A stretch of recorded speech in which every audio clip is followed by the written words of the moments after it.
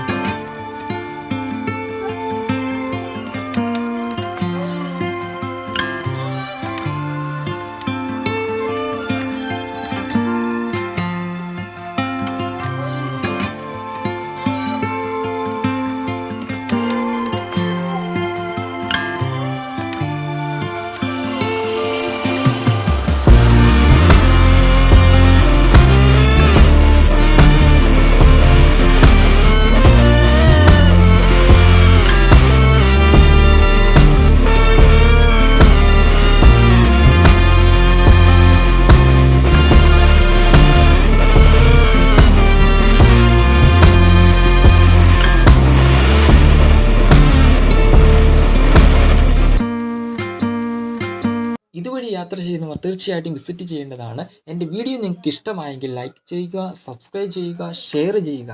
അടുത്തൊരു വീഡിയോയുമായി വരുന്നത് വരെ ബായ്.